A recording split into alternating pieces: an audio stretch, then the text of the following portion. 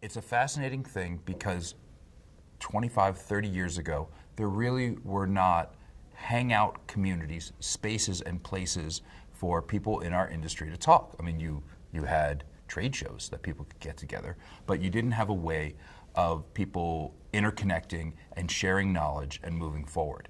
Now, Jeff Boyle is a great guy, great DP, and he basically was a guy who was traveling around doing commercials and was bored having to sit in his hotel room or at the hotel bar just after shooting some commercials. So he's like, there's this thing on the internet. I'm going to start an AOL message board just to try and get some other DPs who can kind of talk. And then it grew into its own thing, built a website and had a mailing list, and that created CML, which became fantastic because you have this high level, industry level of communication, real working professionals. And these guys were, which I was one of them, and we were all talking to one another. And then you would see at the bottom of every email, it's, first 500, then 1,000, and up now somewhere like 6,000 people are members to this. There's only, at any given time, 50 or 75 people who are kind of actively posting, but there's thousands of people watching, because what happens is that, yes, these people were talking to each other, but when you're writing this email, you're talking directly to this manufacturer, you're talking directly to this post facility, you're talking to whatever lab, every level of communication's happening. And trust me, once I got to the other side of it, I saw they're all paying attention. They all know what's going on. And so it was a way to have not only conversations between one another, but it was a way to have sort of get your message straight through to the people that it really mattered to. Even if they didn't, you don't hear back, you don't know, you know that they're watching and they're paying attention, that stuff is going on. That's a great level of communication, but it's not the only one, because then what happened in social media and throughout the internet happened on its own level, in its own way, for the film community and the production community. So you have different forums that have cropped out, and there's several of them. There's DV Info, and there's DVX User, and then Red User, which spawned off that, and there's numerous others. Cinematography.com was another one that was around from early on. Number of these places where everyone talked to one another, and you knew that when you would give information there, that you weren't just talking to one person. You might have one guy who asked a question, and you answer it, and it's not just him that you're talking to. You're talking to 50 other people who are reading it right now, and 5,000 people who might reference it over the next 6 months, a year, who knows what. So it becomes a great living, ongoing thing. And what happened for me is that I was just an independent DP. I was a guy in the New York independent commercial, low budget feature things and that sort of world. And by being someone who communicated pretty well, I thought, I just like to talk to people and stuff. And I was into, as a kid, I read American Cinematographer and stuff, and I was just into what was going on and how things were made and what it meant. And then I started to get to play with the toys and stuff and started, really understanding it. And I'm the kind of guy who, when I was a kid and I first got a Rubik's Cube, within about a couple hours I had dismantled it because I was curious of how the thing functioned. How could you keep turning it and turning it? It's like, I wanted to know. That's just the way my mind works. I kind of need to own it mentally. So great, fine. I now had an outlet where I could talk to people about stuff. That was great for me as an independent cinematographer, just be able to have a way to connect to people. What I never realized was that was actually going to become business for me. I would start making connections with other people and stuff, and suddenly someone called me up, hey, I've got this job. I'm this guy out in California somewhere, but they need to do a day of shooting in New York. Can you do this for me? Because I can tell you someone knows what's going on because we've talked about it on the net and stuff. And then other people find me and hire me and stuff, and you start building out a way of networking. And I originally was kind of doing it for fun, but it became a kind of a business. Continue that on. I have a couple of kids. I decide I don't want to be out there shooting as much as I want to be, able to be around my family a little bit. So I'm going to transition a little. I still shoot some, but I'm going to go and try and get a job at a facility somewhere. Well, what I realized I was doing, I had been talking to people so much that it became a level of consultation and having a sort of a business of consultation as much as I was shooting. And I kind of was getting paid for the shooting and doing the consultation for free, so I kind of flipped it. And I joined Abel Cine. It was still called Abel Cine Tech at the time. Now it's Abel Cine and rental and sales. And I became kind of an in-house guy who just knew how to do this stuff, and knew I started in the rental department, but quickly everyone would realize, hey, he's the one who knows what this weird widget is when someone comes in and asks. So it's like I could just be able to talk to people and stuff. And I also had been a shooter, so I could communicate on the level that people, what was meaningful to them, as opposed to sort of from the other side and what manufacturers think about and stuff, and what a facility thinks about.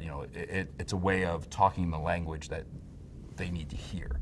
And so now I got paid for doing that, and did a little shooting on the side so to keep kind of fresh and stuff, and it just kind of grew from there. So Abel Cine as a place, as a facility, was someone's who would like to really have a connection with their clientele and build an audience with them and a familiarity and just have a community going. So it became a localized community, but then I continued on the internet, just talking to people in different ways. Now I wasn't doing it for myself. Now I was doing it at the behest of this facility. You're never going to talk bad about someone. I wouldn't want to be rude anyway. But now I would also be it became my responsibility for products that were important for us, just to make sure that accurate information is out there. You don't want to go and flog anything. All you ever want to do is just make sure proper information is out there. Okay, I'm doing that on various forums and places and people. It's great to have interconnection, and what you realize is that very quickly, other manufacturers and facilities and just places weren't doing that, weren't dedicating the time, because it can take a lot of time. But that's great, because I was enjoying doing it, so fine. But you realize there's this desperate need and want for this interconnection, because in our business, the one thing that you have to be, if you're a DP or the director or producer or whatever it is, you can't be seen with your client. If you're a DP with your producer or director, or if you're a producer with your production company, whatever it might be, you can't be seen with your client as someone who doesn't know. You have to be the answer man. You have to know. Well, how do you know? I mean, it doesn't come by osmosis. You have to go and find out somewhere. Well, people wanted a way to get to know. They didn't want to necessarily ask publicly, but they wanted to have a way to find this information. So to have a way to actively get information out there, it became this wonderful back and forth thing, and a really growing community that people, you wouldn't just talk for the sake of it. This was people who are really want to sponge it in and take this stuff in and learn.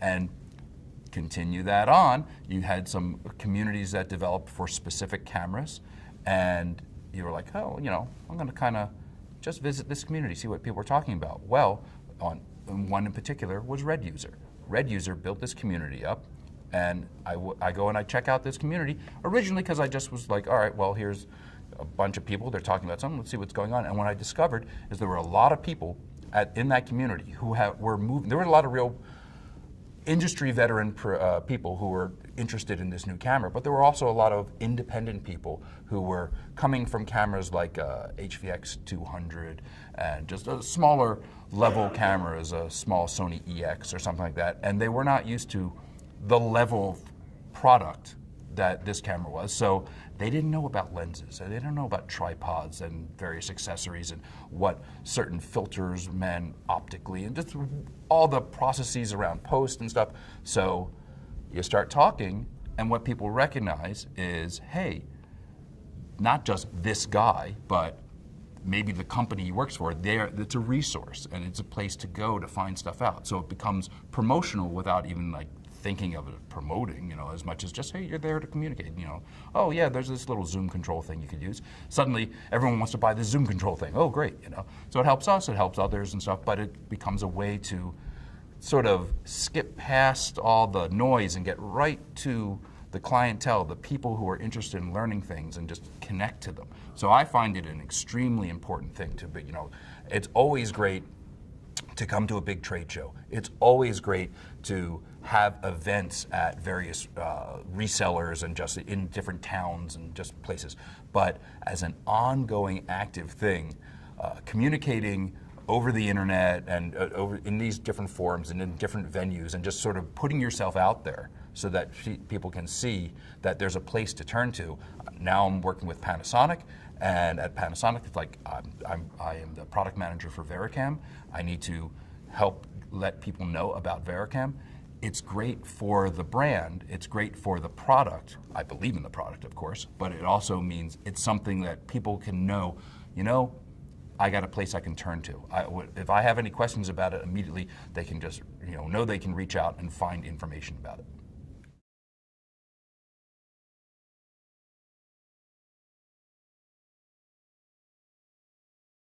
Well, what I would say is that as the evolution that we've seen, first there was 2/3 inch video, and that was news, and live production sort of thing. And then you had 60 millimeter film for certain kind of things, and you had 35 millimeter films for anything of certain scale. Okay, fine. And then everyone wanted to take that 2/3 inch video as it was growing and try to make it's getting so much better and better, and like, okay, digital cinema question, whatever you want to call it, let's try to make something more out of it. And the first easy thing to do was, well, not so easy, but the first obvious thing to do was try and make it look more like 35, because that was the thing. So all these stupid, ridiculous optical adapters with spinning this, that, and all the problems, oh, what a nightmare those things were. But everybody was trying it out because they wanted to try and move your way towards that look. And then you had couple of companies come in with large sensor digital cameras. So instead of having this little 2/3 inch electronic sensor, now you had a large sensor, and so it could give that 35 millimeter depth of field of view sort of depth and look. And now you were at the races. Now it's like, all right, we're getting more in this direction. You even had, on the lower end, you had the Canon 5D that suddenly everyone's like, oh my goodness, I can get this look for this very relatively tiny amount of money, and it's going to have this large sensor look, and it has a certain sort of cinematic feel. Look, cinematic feel, Citizen Kane, everything's in focus from the front and the back. It's like, so what is the cinematic look?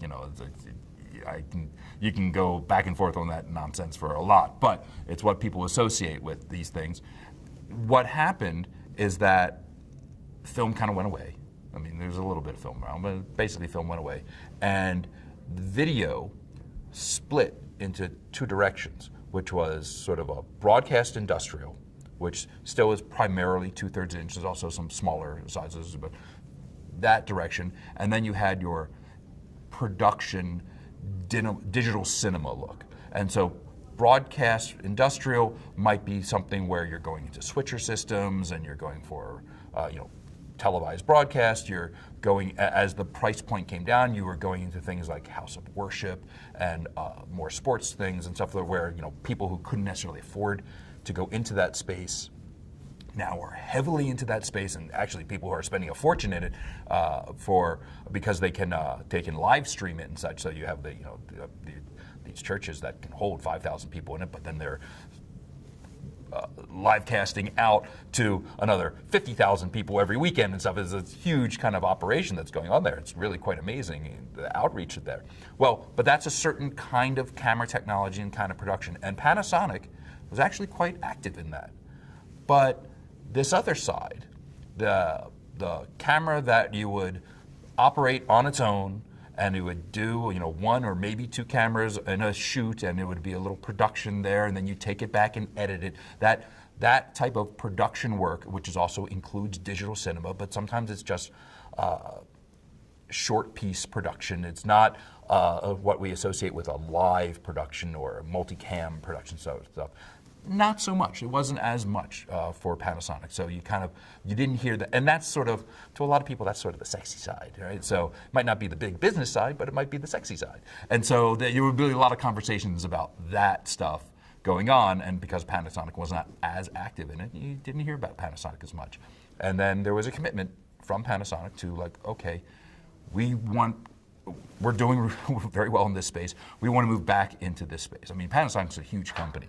There's that giant gigabit gigafactory out in the desert, which is a partnership with Tesla and stuff. And we're doing pretty well, but we're a little sideshow in comparison. That's a huge operation, and they're doing very well in the battery world and other business-to-business type things. But Panasonic was like, all right, we're going to make a commitment back towards this sort of work, and they actually had people study it, came to the U.S. and other major production centers, and for a year, looked into what is it that people might want to develop in there, what kind of product they might want to have, and then moved back into that space with the biggest, part of it is sort of slipped into it with cameras like the GH3 and GH4 and stuff. But then on the big side came in with Varicam. And Varicam, 4K digital cinema camera, Super 35 sensor, this gorgeous, the gorgeous colors and look that Panasonic has always been known for, but now brought into a digital cinema world, and it, unparalleled kind of image quality and stuff. And then now we're expanding the line. There's three, actually, well, you can say four, but three different model Panasonic Varicam cameras, and then the system is expanding and adding new products. We have a new one that we're sneak peeking now and stuff, but it's expanding out to, it's a way of, and it's part of why I'm here as well. That's my product line, but it's also, we want people to know that we're here and we're going to be working in this area, and we're going to be doing this sort of work. And we care about this stuff too. It's not just that industrial stuff and all these Panasonic digital projectors and stuff. It's huge business for the company, and it does very, very well. Excellent products. Not as sexy, not as fun to be talking about. People don't, so you don't really hear about it so much. For the people in that area, they know, oh, look, Panasonic is doing fantastic stuff there.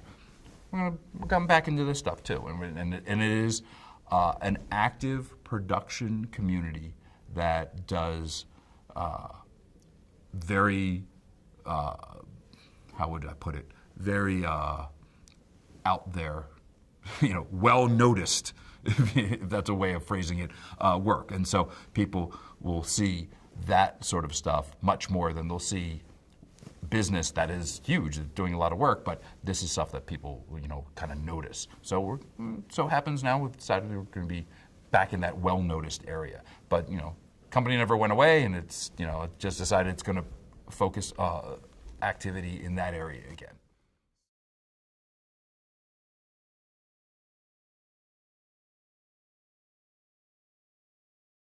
Well, I'll talk about the VR 360 rig. It's an interesting bit of kit that we've got. It's kind of, some people are looking at it for sports. Some people are looking at it for industrial use, actually.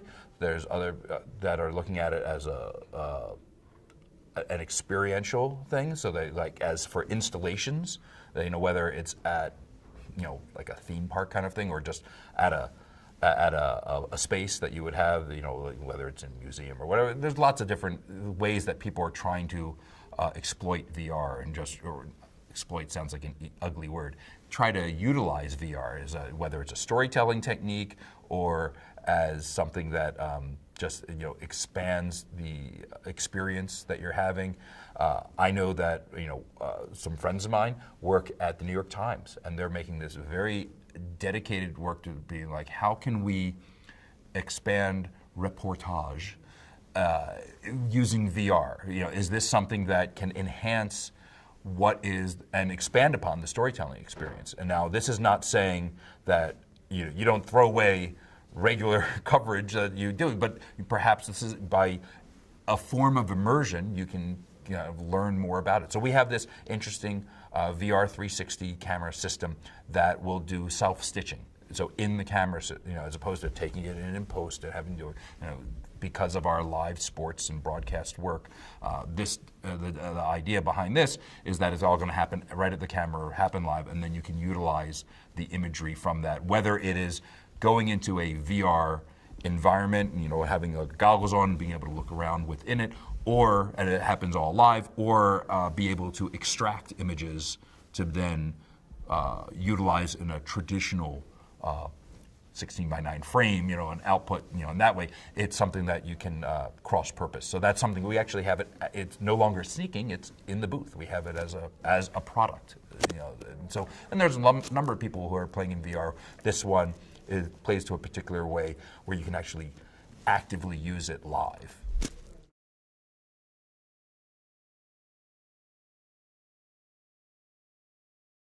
The Panasonic Varicam line, or let's say the Panasonic cinema lineup, 4K cinema cameras. You started with the Varicam 35, and then we added the Varicam Pure, which is purely a digital raw signals only and such. And the 35 is the same exact camera head, but it has it's for video recording, and so more series TV versus features, if you will, and design it, cut it that way. So, and then we had the LT with the Varicam LT is much of the exact same sensor, the same gorgeous image, but limits certain other features so that we're able to shrink the size and the weight and the cost to make the camera, which means that we can sell it to people for less. And then we had a big jump, a big gap, till you got down to the little cameras that were like the DVX200 or the GH5, little mirrorless camera. That's sort of a big, you had, a few $1,000s to, 10 times the price kind of thing for the next step. And there was a big open space there. So we realized, look, it takes a lot of time to develop camera systems. This has been in the works for quite some time. But it's like, we need to re-enter this space. We need to have cameras in this zone, if you will, that a certain kind of price point, but also really it's about a certain kind of size, certain kind of feature set, a certain weight, certain kind of media, so that it appeals to a certain type of use. Well, that's what we're sneak peeking right now, so it just has a little cover over it, and you're like, oh, just letting people know, here's the lineup of stuff, and there's going to be this thing here, like, we're not quite telling what it is. But only 5 weeks from now, from when we're recording this at this moment, we're going to be unveiling it at a next show, and then it will actually be shipping in the fall, because it's not like some vaporware thing. Like, this has been a product in development, and we want to let people know right now. It's like, hey, it's like, think about like when a new car is released. It's like, they don't want to just drop it on the market and say, here it is, you guys want to buy it? We're got a factory going, and they're making 200 a day. I hope you want to buy them, because we're going to stack them up. No. We want to let people know that these things are coming, so we tell a little bit about it beforehand. We kind of give you, here's what it's going to look like, here's the thing, and then, here's some more, when we get a little bit closer, we're going to give you lots of information about it, so you kind of really get to know. And then, then it becomes available, you can order it from your favorite dealer, and you'll get your product. So you'll soon enough get to know more about the camera. It's, but we're showing it with our digital cinema lineup, so it's going to have that sort of cinematic look. These are all cameras that have larger sensors, so it's going to be a camera with a larger sensor. It's going to be something that's small and lightweight, and kind of show people, roughly the size of this blob that we're kind of showing. And then it also is going to use, we're saying it uses an inexpensive type of media, and the workflow will be relatively inexpensive, so it's more comfortable for people to be able to work in.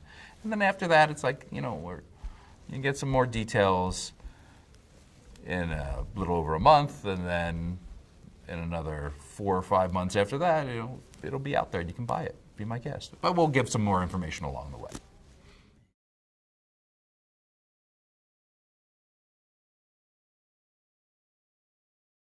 It used to be a thing at NAB that you would show a product and say, well, what do you, and then you get some feedback, and then the thing never came to exist. It never happened. There was one product that when I was still working at a former job, we were like, okay, this is, we went through the whole process and went through a development thing with them because we were interested in it, and we got right up to, like, we need to order these things now, and they're like, yeah, we just decided last week we're not going to make it. What are you wasting my time for? And I can understand where people, companies needed to see how the market reacted. Are people going to be interested? Or maybe they see this and like, really, I would buy it except if it just did this instead of that. Or maybe you should think about this. And, oh, that's a good idea. Okay, and you had a development process there. That used to happen in a very public way at NAB. Not so much anymore. Now what they do, I mean, there's some people who do it, but it drives people crazy because NAB, as huge as it was a space for professionals who had a lot of experience with things, and the internet kind of wasn't out there as a thing.